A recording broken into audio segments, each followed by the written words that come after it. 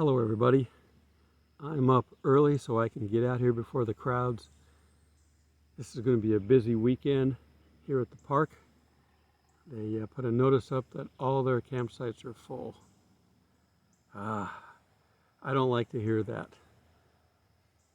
because there's a certain percentage of them that are out here for one reason, and that is to party and raise as much hell as they can. So I may disappear and get out of the park here in a bit, but right now it's cool, best time to be out. I stayed up late last night to see if I was going to be working today, and I have a sneaky suspicion that the one that I'm supposed to be standing in for, I can't tell you what I'm doing, the one I'm supposed to be standing in for got COVID because they've been rearranging their schedules. So a lot of my stuff may be pushed off, and I'll be doing it maybe in a week or two. Okay. We are still waiting. We have the 6th coming up. It's a big day for holidays, for matching what could possibly be a rapture for that, but I'm not giving you a definite on that. It's just, it's a big event. I'm still getting a lot of people coming up and saying there's no rapture, there's only a post-rapture. And I had one guy ask me some questions. Well, what about this and what about that? Unfortunately, there are so many people quoting the wrong verses. We have two events. We do have multiple raptures, but I'm just going to focus on the first rapture and the second coming. Those are the two that I want to focus on, and we're going to ignore all the other stuff in between, because that would make this too complicated. Anyhow, many of the verses that we use for the rapture are verses for the second coming. When Jesus is talking in Matthew 24, they're asking about what are the signs of the times. These are Jews asking, when are you going to come back and be king, because you were here as the lamb and we didn't get what we wanted, not paying attention to the fact that he had to die for their sins. He came back for that one reason, not to free them from their Roman slavery or occupation. So they want to know when he's coming back to put them in charge of their own country for good. Well, that's the second coming. So when he's talking about events coming up, that's what he's talking about. Now, the one to talk about the rapture, the best one for that is going to be Paul when he's talking to the Thessalonians. Again, the rapture in the beginning is not talked about as far as an alignment. Yeah, we know certain things have to take place. And if you watch Brenda Weltner, she has some things that really need to take place, and I pretty much agree. We've got to see the war with Israel. Without that, we haven't really started anything. Nothing has changed. That could happen any moment, because everybody's lined up on the sidelines, waiting for the starting gun, if you will. It's been too peaceful. Major events, major Jewish holidays, including the Jerusalem Day, came and went without anything really major. The only thing that was interesting in the last few months, I guess, would be the head of Turkey coming up on the Temple Mount. He's been silent for a while. And he gets up on the Temple Mount and goes in the mosque. They said we should be put back in charge of the Temple Mount like they were before. Well, they're in strong alliance with Russia. And they do have a say in what goes on in Turkey, in Syria to a degree. So there's our possible Gog-Magog connection. Russia's totally occupied right now with Ukraine, but that could be over shortly. what we're hearing in the news about it is not accurate. It's like they're losing big time. We've never seen Russia so weak. That's coming from the same people that are running our government. They have a motive behind that, and they're doing everything they can to make Russia angry, because they know they're preoccupied, but they won't be forever. So be careful. I mean, we're sending advanced weaponry to Ukraine. That's being part of the war. Okay, we still have Iran. Israel just did some major drills attacking nuclear plants in manufacturing areas in Iran. It was a drill, but they went through one to show Iran that they are capable of doing it, willing to do it, and have already rehearsed it. We're still looking at the July 8th Israel will be destroyed prophecy from the Muslims over there. We don't have a whole lot of time left. If it's all tied to the July 8th time frame, June seems like a good time for a lot of these things to happen. It takes a little while to have a war. It takes a little while to clean up. We have the 8-day war that happened in the past, so you can get a war over in a week if you're by yourself. But I think there's going to be a lot of players in this. We've got our country going crazy. Watch some of Beck's latest videos, Glenn Beck. He's talking about the executive order list that was given to Biden in 2020. And there are 10 things on it that he has to do. Enacting his ESG group and all this other stuff, climate stuff, all this other stuff. Get us off of fossil fuels by 2030, the guidelines that were given to him said, but he's just recently made it 2035. He's going down the list from number 10 down to 2, according to Glenn Beck. The only one left is we don't have a climate emergency. Excuse me. So when he declares a climate emergency, he can put himself in charge under the, because all that stuff's been moved under the emergency management system, FEMA. He has a lot of power, more so than Congress at that point, if he declares an emergency. Are we going to see one between now and the election? The election could be postponed if there's an emergency. Everything could be postponed. Put it on hold. He could even declare martial law if there's an emergency. This country is going to be so tied up, Israel will be defenseless. Even if our military leaders decide they want to do something, the president can stop it if he declares an emergency. So be looking for that. Pretty much everything else is a distraction. What's going to be the climate emergency? Don't know. They've given themselves the ability to determine what the emergency is. They can say, it's 1 degree warmer today than it was yesterday. That's a climate emergency. This is summer. It's getting warmer. But they could pick anything they want and declare it as an emergency because they voted that power in. We're going down a slippery path here. We do need to get out of here soon. But I don't know when. Okay, I just wanted to go over some of these things real quickly on talking about the rapture versus the second coming.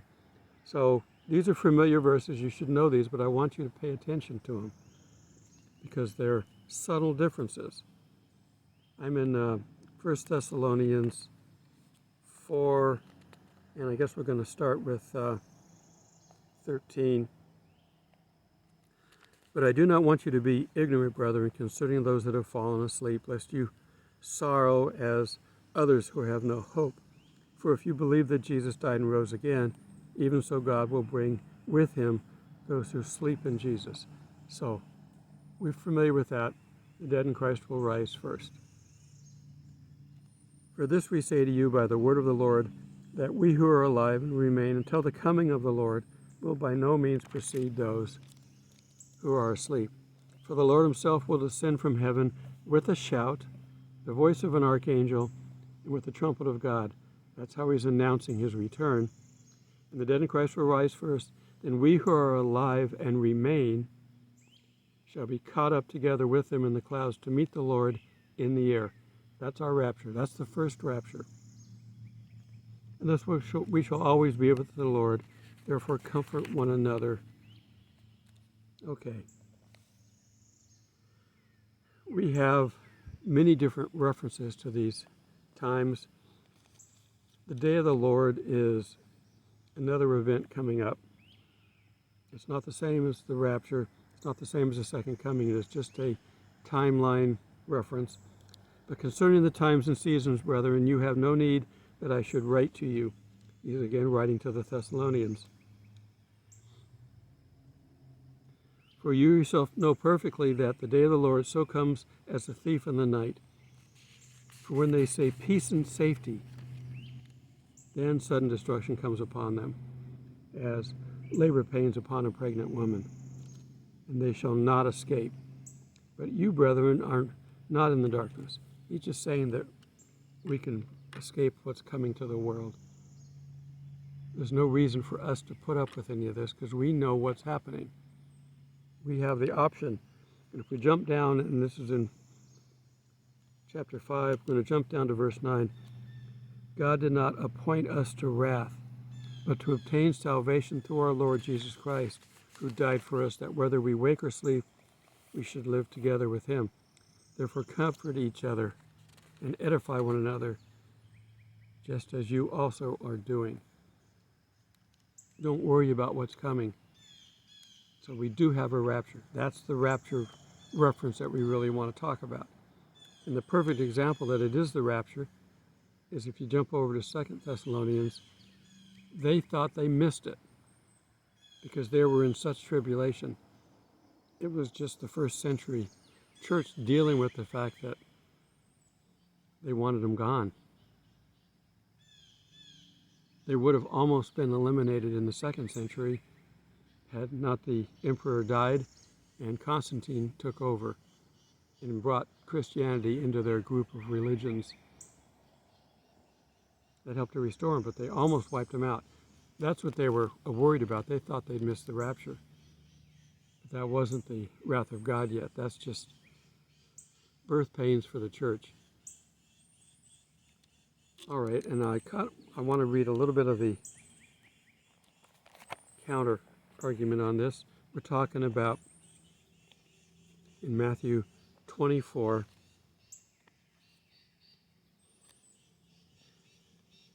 Let's go back and look at this other one. Now, he sat on the Mount of Olives, and they wanted to know about the sign of your coming and the end of the age. And Jesus said, take no heed that no one deceives you, or take heed that no one deceives you, for many will come in my name, saying, I am the Christ. We have very many out there, and that's one of the reasons we have so many different variations on how he's coming back. Satan is confusing the scriptures for everybody, saying, I am the Christ and will deceive many, and you will hear of wars and rumors of wars. See that you're not troubled, for these are things that will come to pass. But the end is not yet. For nation will rise against nation, and kingdom against kingdom, and there will be famines, pestilence, earthquakes in various places. These are the beginning of sorrows. They will deliver you up to tribulation and kill you, and you will be hated by the nations for my name's sake. And many will be offended and betray one another, and will hate one another. The woke people are offended by everything. Okay, these many false prophets will rise up and deceive many, and because lawlessness will abound, the love of many will grow cold. It's, There have been times in the past where this could apply, but it really applies now. And this gospel in the kingdom will be, okay, but he who endures to the end shall be saved, and this gospel of the kingdom will be preached in the world as a witness to all nations, and then the end will come. Now we have the reference to the Great Tribulation. The 70th week of Daniel is not the tribulation. There's no reference to the first half having to do with tribulation other than the fact that in this world you will have tribulation. The Thessalonians thought they missed the rapture because they were in tribulation. Okay, verse 15 of 24. Therefore, when you see the abomination of desolation spoken of by Daniel the prophet, Daniel 9, standing in the holy place, whoever reads, let him understand. Then let those who are in Judea flee to the mountains, that he who is on the housetop not go down and get anything out of the house. This is an emergency. This is for Jerusalem. This is for the Antichrist being in the temple. They're not there yet, so they don't have to worry because there's no temple. But woe to those who are pregnant and nursing babies in those days, and pray that your flight will not be in the winter or in Sabbath. For then there will be great tribulation, such as not been since the beginning of the world until this time. So here you see great tribulation that has not been on the world. So whatever is in the first half is just normal tribulation that everybody deals with all the time. So that's why I'm saying you have to be prepared to deal with some of it. Not a lot. We're not subject to wrath, but there is tribulation in this world. And unless these days were shortened, no flesh would be saved. But for the elect's sake, those days will be shortened. Who are the elect? The people of Israel. And if anyone says to you, look, here is the Christ, or there, do not believe it. For false Christs will rise, and prophets will rise to show great signs and wonders to deceive, if possible, the elect. Say, I have told you beforehand. The Antichrist and his lot, when they get down here, are going to have powers to do the miracles that we see in the Bible. Therefore, if I say to you, look, he is in the desert, do not go. If they say to you, for as the lightning comes from the east and flashes to the west, so also will the coming of the Son of Man be. For wherever the carcass is, there the eagles will be gathered. And immediately after the tribulation of those days, the sun will be darkened, the moon will not give us light. These are the standard things that we have telling us that we're at the end. And the sign of the Son of Man will appear in heaven, and then all the tribes of the earth will mourn. They will see the Son of Man coming on the clouds of heaven with power and great glory. He will send his angels, plural, with the great sound of a trumpet, and they will gather together his elect from the four winds, from one end of heaven to the other. This is a entirely different event than the rapture. We also have the fig tree parable. Again, talking about, in this case, the second coming as well, because it's still Jesus talking to his followers when they want to know what the sign of the times were. And he's telling it to them from a Jewish point of view. This is not for the world. This is not for Christians. It is, but this is not for the rapture for Christians, which could have Jews involved in it. I mean, we have plenty of Jewish Christians nowadays. You can turn them on YouTube and watch them. Rabbi Snyder I watch. He does a program on YouTube. He's pretty good. I didn't care for much when he made himself look very Jewish because he had those things coming, the curly hair coming down on the side. When he first started, he looked normal, but he was a rabbi, so he decided to go ahead and grow his hair like that. It's all show when you do that. Stay with the word and don't worry about show. And for those that have noticed, I have cut my hair. My problem was I've been on vacation, traveling and doing all this stuff, And I normally get my hair cut at work because I have hair and makeup get you ready for whatever your scene is going to do. And they will cut your hair for whatever the scene. I haven't paid for a haircut in probably 7 or 8 years. I paid for one yesterday or the day before. It's gone up since I paid for it. 20 bucks. I think the last time I paid for a haircut was 7. That tells you how long ago. Everything is going up in price. Our country is about ready to plunge off the edge. The price of gas is going up because they want us to get rid of fossil fuel. They want us to go pure electric. They're so misguided, they're so wrong that they think electricity is the solution. The batteries that they're producing for these electric cars aren't the solution. It costs more to make a battery than it does to burn the gas that would be necessary to cover the same distance. They're throwing money away, but it's a power grab. And they're going, well, the electric cars are too expensive. How can I afford it?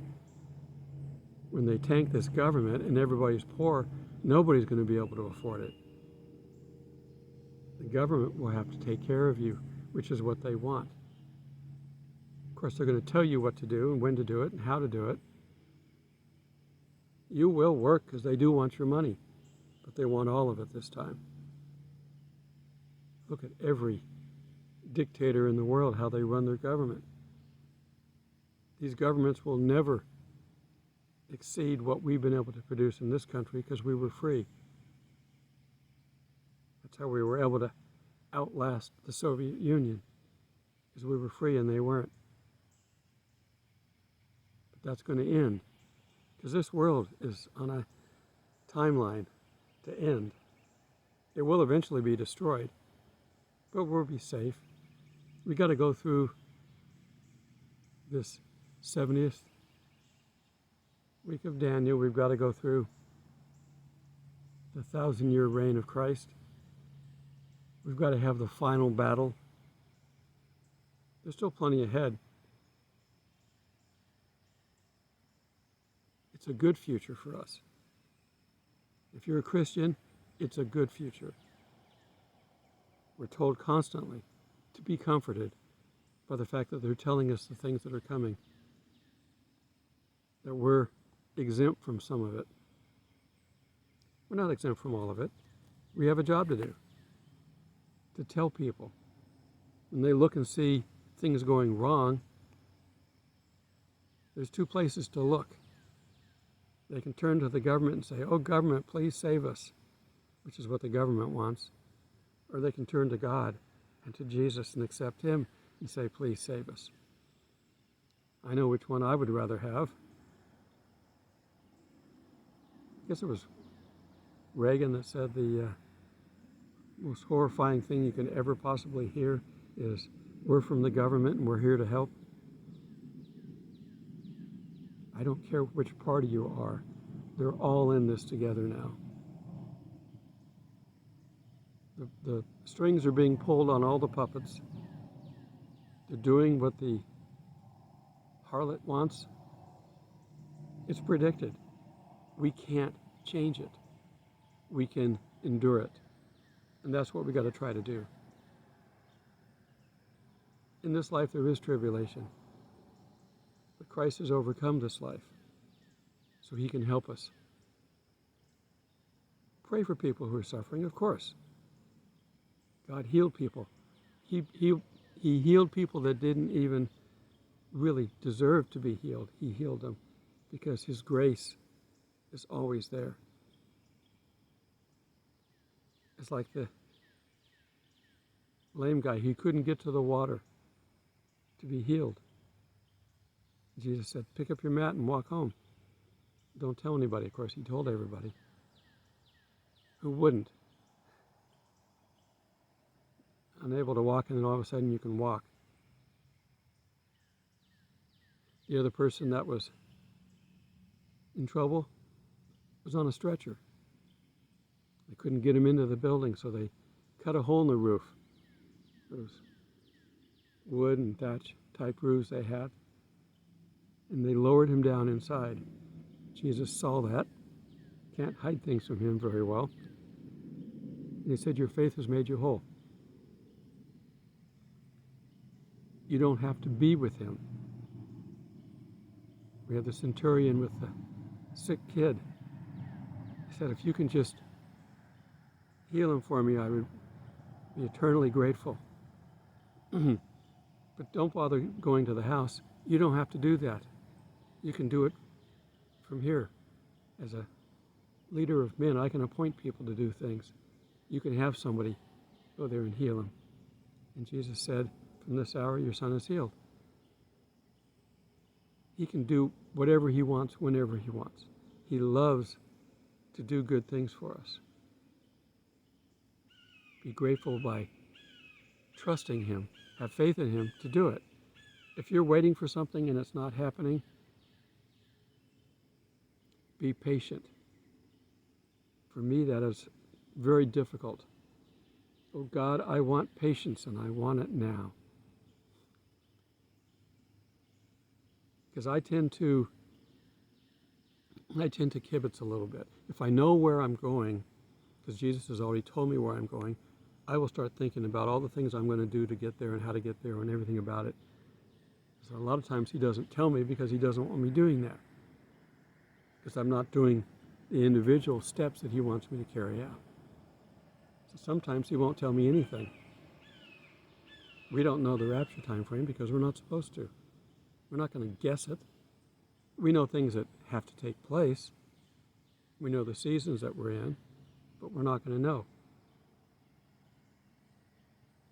We just keep looking. Now, signs in the skies and all these other signs that we're seeing are signs of the times. We know we're in Revelation because we have the Revelation 12 sign in 2017. We just don't know where we are. And we won't know, and I frankly don't think we will know why we're down here. At least the first round of Christians to be raptured, because we're going to get out of here before the bad stuff, the really bad stuff. Okay, patience. I'm going to get back to my story about the patriarchs and the heroes of the Bible and their struggles with understanding God and how to carry out his wishes. We struggle. It's not new. God has been dealing with it for thousands of years. Just be patient and pray. Everything that you want will come through prayer. Now, some things might be prayer and fasting. They always go together. But prayer anyway, every day, constantly. Pray without ceasing. Talk to God. You can tell him you like the appearance. I like the appearance of the trees around me. He created them. What's wrong with telling him that you like them? But also tell him that you have needs. We're to ask for our daily bread. All right. The birds around me are telling me it's time to wrap this up before I hit the 25-minute mark. I have to split this. When I do that, it splits it into two videos, and I got to go put them back together. It takes time. So I'm going to go ahead and get this uploaded. This would be for tomorrow, yeah. I'm ahead of schedule. I'm back on my normal schedule because I'm not working. I will do my best when I'm working to keep up. I'm also off on Monday. I know that for sure because I have to pick my son up at the airport, assuming, God willing, that he's on schedule. He's in charge this time. I'm not helping him. I'm going to see how he does. I might have to get involved, but we'll see how it works. All right, until we meet in the clouds, and that's where the rapture takes place. The other one takes place on the land. He comes in the clouds, but he ends up on the land. He comes with a small entourage to rapture us. He comes with an army for the second coming. They're two different events. See you in the clouds. God bless.